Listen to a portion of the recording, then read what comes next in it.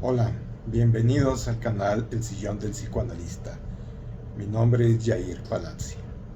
Este canal está dedicado a la transmisión del psicoanálisis principalmente en la franja fronteriza norte de México, donde el psicoanálisis lo practicamos muy pocos, somos muy pocos en este lugar. Entonces ese es el propósito de este canal, ¿no? La difusión del psicoanálisis. Esta ocasión vamos a ver lo que es la crítica del concepto psicoanalítico del símbolo de Alfred Lorenzer. Es una editorial Amor Artú. Un libro muy interesante de un autor del middle group del psicoanálisis, eh, Alfred Lorenzo, y este libro está traducido por José Luis Echeverry. Entonces, vamos a empezar lo que es el símbolo, ¿no? ¿Cómo lo empieza a conceptualizar? ¿Qué es el símbolo en psicoanálisis? Que es diferente a lo que es el símbolo en semiótica o en otras conductas, en otros lugares de estudio, ¿no? En el psicoanálisis, el despliegue de síntoma estuvo muy relacionado al principio con Freud. Vamos a ver, ¿no? Todas estas fuentes tienen que haber influido sobre una concepción de síntoma y símbolo, o sea, lo que fueran las ciencias naturales, la medicina, las universidades vienesas, donde Freud estuvo, y las psiquiatrías francesas. Entonces lo tomaba mucho el símbolo como síntoma a Freud, ¿verdad? Propuso al comienzo, de hecho, una psicología fisiológica, lo propuso Freud. Una psicología empeñada en reducir sin residuos todos los conceptos a funciones. Se tratase de procesos físicos o de procesos fisiológicos. También dice Ludwig Binswanger que los primeros esfuerzos culminaron en el interior de referir la biografía de las funciones vitales. Entonces, según Strachey, comenzó en 1984, la primera vez que Freud mencionó como símbolo némico. El término se emplea sobre todo como sinónimo o sea, como un sinónimo de símbolo, ¿no? El síntoma némico. Recordemos que némico quiere decir de memoria, o sea, es memoria. Y luego los dos aparecen, los dos conceptos, como símbolo de una vivencia traumática. Recordamos que en esa temporada, en ese periodo, Freud está elaborando su primera teoría acerca del trauma, que después en 1906 cambia, que después en 1923, etcétera, también hay otra concepción, pero en esta primera época era la vivencia traumática. Y símbolo tiene entonces manifestaciones del significado de signo que hacen las veces de otra cosa por vía de metáfora. Ah, caray, vamos a ver qué quiere decir esto, ¿no? Entonces, vamos a ver qué quiere decir símbolo. Y para poderlo comentar como ejemplo, Alfred Lorenzer se va al caso de Elizabeth von R. de Freud en el tomo 2 de la editorial Morrow. Es uno de los primeros casos que tiene Freud, o sea, de hecho es de los primeritos casos que tuvo Freud, ¿no? Ahora, donde dice, ahora bien, este dolor originariamente reumático pasó a ser en la enferma el símbolo némico de sus excitaciones psíquicas dolientes, y ello hasta donde yo puedo verlo por más de una razón. Entonces, si nos vamos al tomo de Freud, donde dice que resta todavía elucidar elucidar el término de síntoma histérico, porque justamente los dolores en las piernas tomarían sobre sí la subrogación del dolor anímico. Las circunstancias que rodearon el caso indican que ese dolor somático no fue creado por la neurosis, etcétera, ¿no? Como lo que vamos a llamar en estos tiempos, sino solo aprovechado por ella, aumentado y conservado. Entonces, vamos a leer una partecita del caso de Freud, a la letra de Freud. Dice: la enferma había establecido una asociación entre sus impresiones anímicas dolidas y los dolores corporales que por azar registra de manera simultánea aquellas, y que ahora en su vida anémica de memoria empleaba la sensación corporal como símbolo de la anímica. Wow. Esto, a ver, vamos a explicarlo así a grosso modo. Entonces, lo que Freud viene viendo es que esta Elizabeth ya trae una dolencia en sus piernas. O sea, vamos a ver que página tras página tras página, Freud está queriendo encontrar el trauma. ¿De dónde viene ese trauma? Quiere encontrar el trauma. Quiere saber de dónde viene ese trauma. O sea, él especula, dice que no hay ninguna evidencia médica en donde se pueda comprobar que vienen los dolores de sus piernas. Entonces vemos que página tras página tras página está tratando de analizar, está tratando de encontrar la causa de esos dolores, pero no la causa física, sino la causa psíquica sobre el dolor de las piernas. Sin embargo, después de tantas páginas, llega a ese punto en el que dice: ah, caray, no. Entonces, una cosa es el dolor que ya traía, sin ahondar totalmente sobre el tema, o sea, y cómo ella psíquicamente, anímicamente, lo junta y simboliza su dolor.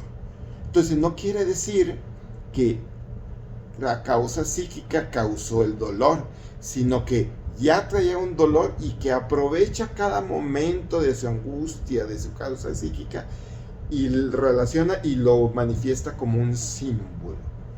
Este es un gran, yo considero que es un gran observador Freud, una gran observación,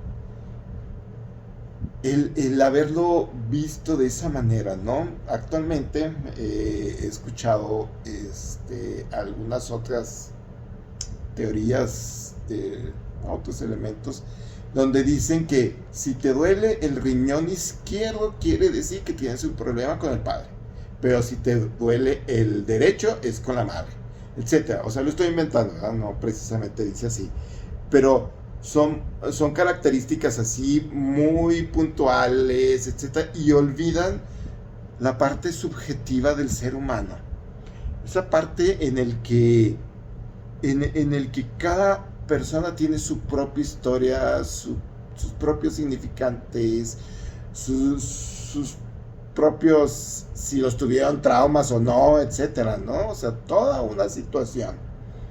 Entonces, se olvida precisamente o que si le duele el hombro izquierdo quiere decir que está cargando con mucho peso del trabajo, no sé, o sea, cualquier cosa, ¿no?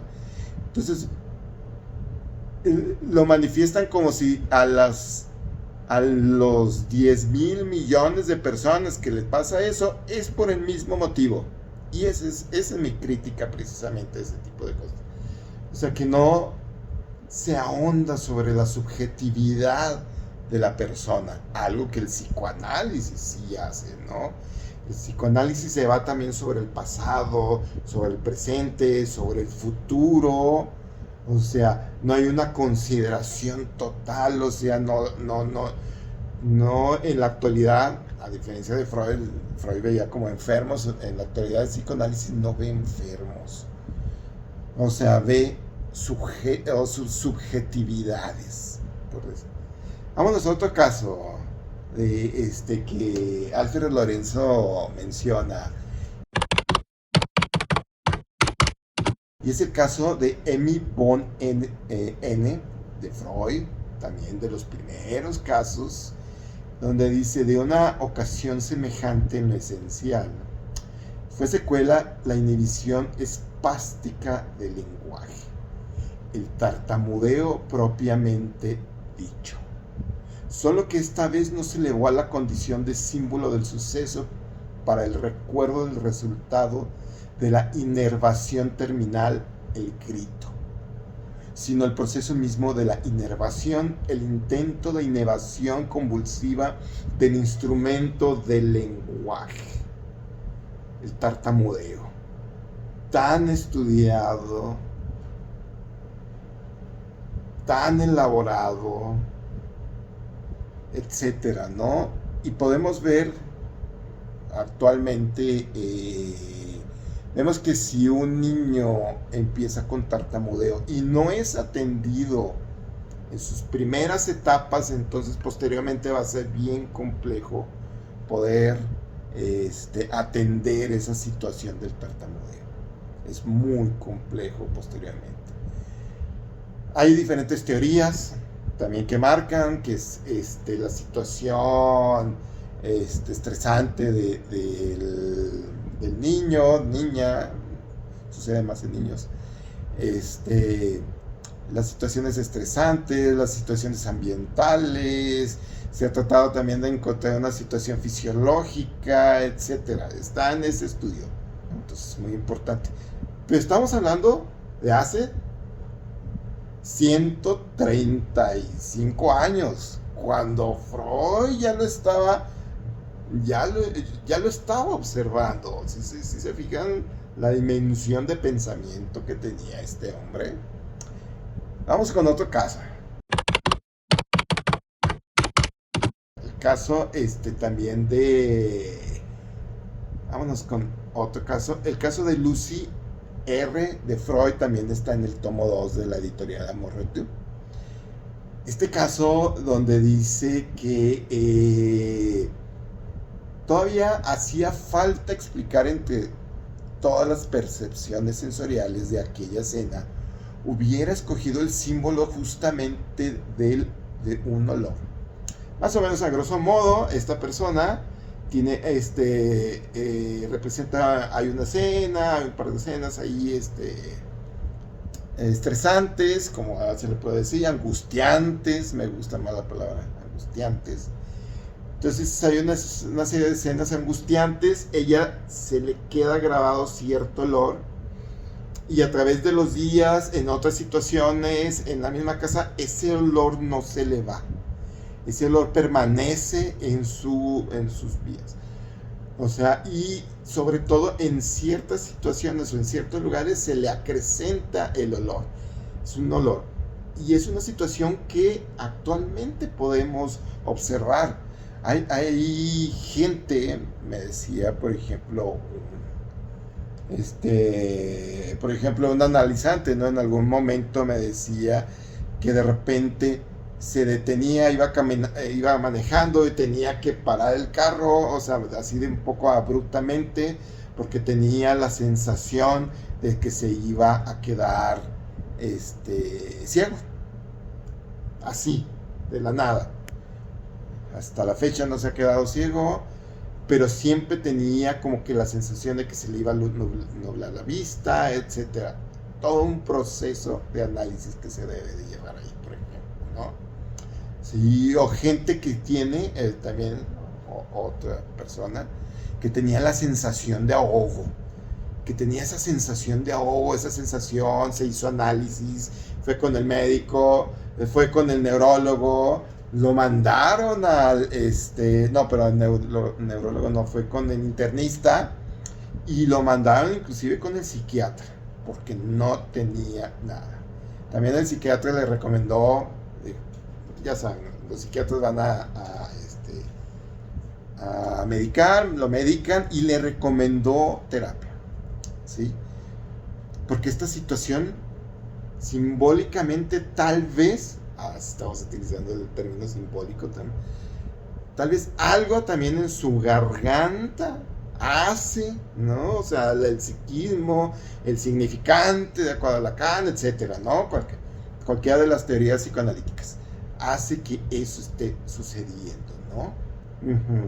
No es un dolor, no es un tartamudeo, como vimos ahorita, sino simbólicamente, sino que fenomenológicamente como si son diferentes, ¿no? Si lo estamos observando, ¿no?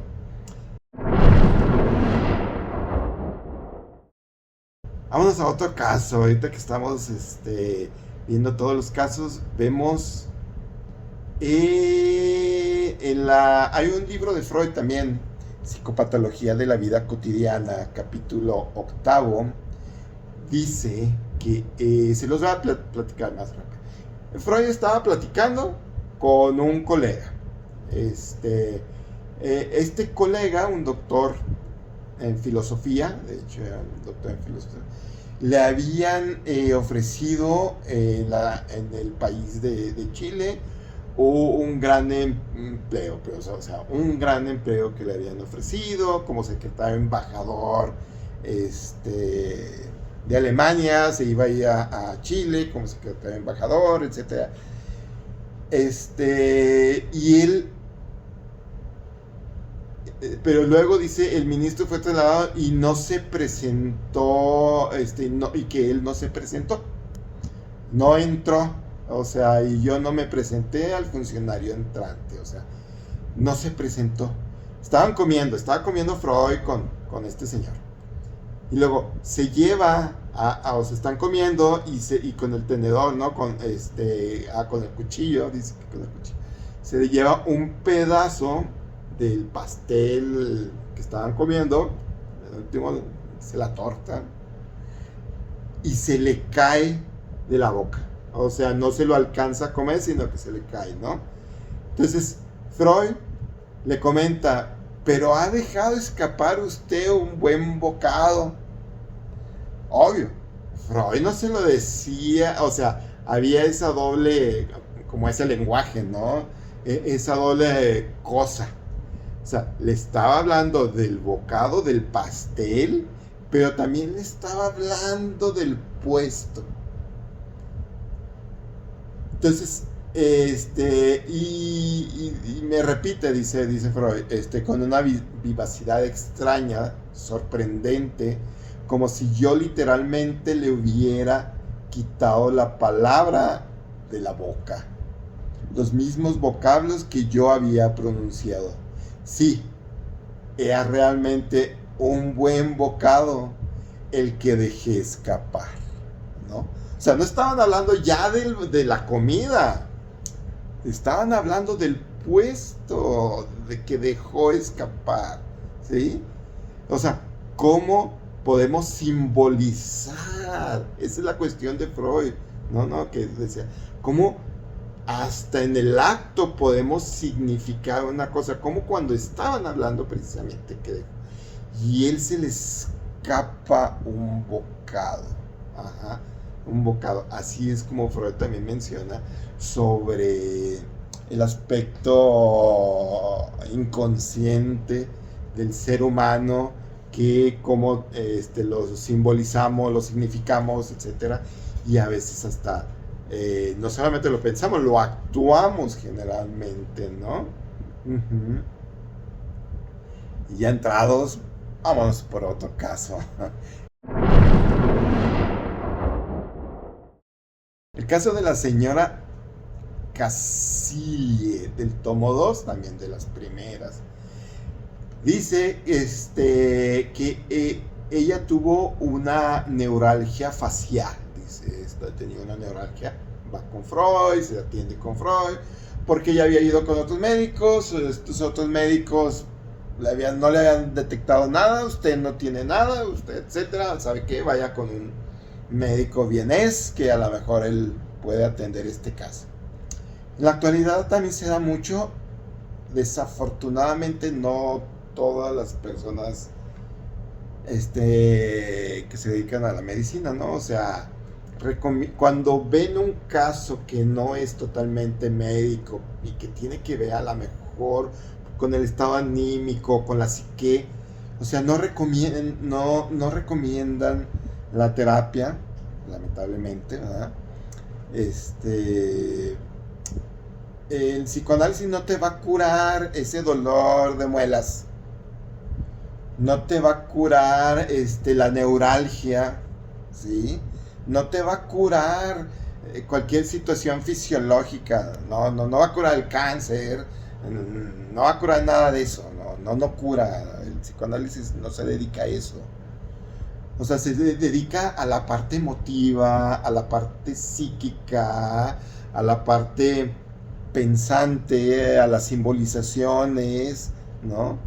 A trabajar con la palabra, se dedica a trabajar con el pensamiento, con las simbolizaciones, con los significantes. O sea, las simbolizaciones los puede trabajar una parte de las teorías psicoanalíticas y otra parte puede trabajar los significantes. No son lo mismo, no. Son diferentes, te da diferente praxis. Sin embargo, a eso es lo que el psicoanálisis se dedica, ¿sí? Entonces, esta persona dice, dice Freud, cuando intenté convocar la escena traumática, la enferma se vio trasladada a una época de gran susceptibilidad anímica hacia su marido. Contó sobre una plática que tuvo con él, sobre una observación que le hizo y que ella concebió como una grave afrenta, o sea, que estaban discutiendo, y en medio de la discusión, ella se toma de pronto la mejilla, grita de dolor y dijo, para mí eso fue como una bofetada. Pero con ello tocaron a su fin el dolor, o sea, cuando ya ella lo platica y todo, o sea, el dolor empezó a bajar. Ese dolor que ella había manifestado, ¿no? No cabe duda, dice Freud, de que se había tratado de una simbolización. Había sentido como si en realidad como si en realidad recibía la bofetada. O sea, las palabras del marido hacia Casellier fueron así como una bofetada. O sea, ¿qué tal, como una bofetada? Entonces ella lo sintió. Ojo, no quiere decir que todas las personas que les pasen lo mismo van a sentir lo mismo. No, tal vez vamos a reflexionar sobre el caso. Tal vez ella ya traía una situación en su misma en su misma mejilla. Tal vez ella traía muy probablemente, no lo sabemos con exactitud, ¿verdad? Pero ese hecho concibió el dolor, ¿no? O sea, el hecho de sentir las palabras como una bofetada, ¿sí?, fue el punto en el que ella lo sintió. Recordemos, por ejemplo, actualmente se ven muchos casos en donde personas quedan, como le dicen, que se le enchuecó la cara. O sea, que la mitad de la cara se le queda enchuecada, que se le queda fruncido, etcétera, ¿no? Muchas son las causas fisiológicas, Sin embargo, sabemos que también el periodo por el que pasa esa persona, el periodo de angustia por el que pasa esa persona, es muy fuerte. Y eso es lo que Freud y Alfred Lorenzer manifiestan, que muy probablemente es concomitante una cosa con la otra, que se simboliza de esa forma, ¿no? Entonces muy probablemente ya tiene la situación y con el estresor, o sea, los significados, etc., las simbolizaciones, más bien vamos a manejar como simbolización. Las simbolizaciones emiten y da cierto resultado, ¿no? Sería demasiado aventuroso decir, es que la razón es esa. No, no, no, no, no, no. Tampoco no es así, ¿verdad?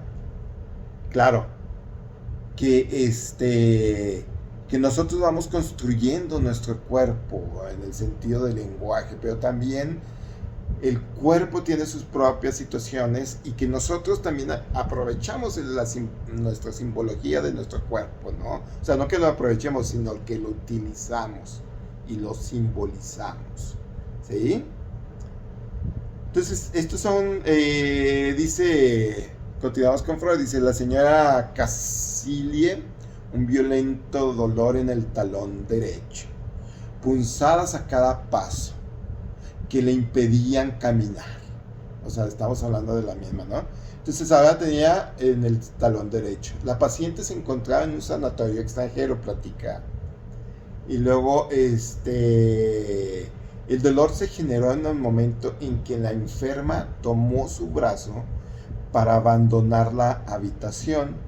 Desapareció en el curso de la reproducción de esa escena. O sea, cuando estaba en aquel lugar, le dio el dolor, no se le quitó, llegó con Freud, estuvo en el análisis y hasta que reprodujo la escena, según manifiesta Freud, empezó a desaparecer el dolor, ¿no? Ella había estado gobernada entonces por el miedo de no andar derecha, en esa reunión de personas extrañas. Entonces el psicoanálisis también ejerce mucho esa situación de correlacionar muchos puntos del individuo. O sea, por eso, el psicoanálisis más profundo es de mayor tiempo, razón por la cual en muchos lugares no se acepta mucho el psicoanálisis, no porque no por cualquier situación, sino por el tiempo, porque el mundo te exige todo rápido, la producción rápida, siempre. Ciudades como esta, ¿no? Donde está gobernado por maquiladores, en el que todo es just in time, todo a tiempo, todo rápido, los menos costos posible, los menos gastos posible, etcétera, etcétera, ¿no? O sea, toda esa situación. Entonces eso va a influir sobre la sociedad, sobre la forma de ver la salud mental, por utilizar un término, ¿no? Entonces es más fácil ir a un lugar que te dan 6 sesiones, 7, donde más o menos ahí si no lo haces bien, pues es tu culpa, algo que el psicoanálisis nunca culpa a la persona, ¿no? Sino que se analiza la subjetividad. Eso es lo que hacen. Terminamos esta parte. Vamos a continuar en una segunda parte, como casi todos los trabajos que hago es en 2 partes, 3 más o menos máximo. Entonces, la segunda parte vamos a ver también la simbología. Vamos a meternos un poquito con la cuestión de los sueños, con la cuestión de la forma simbólica de las posiciones familiares, ¿no? O sea, la posición simbólica de un padre, que es un padre, la posición simbólica de una madre. O sea, madre es más allá de Juanita. O sea, como vemos, o sea, no vemos a Juanita, sino vemos a la madre que todo lo sabe, que todo lo puede y que todo lo hace. Cosa que eso no es de un ser humano, ¿no? Entonces, mucha relación de esto. ¿Sale? Nos vemos.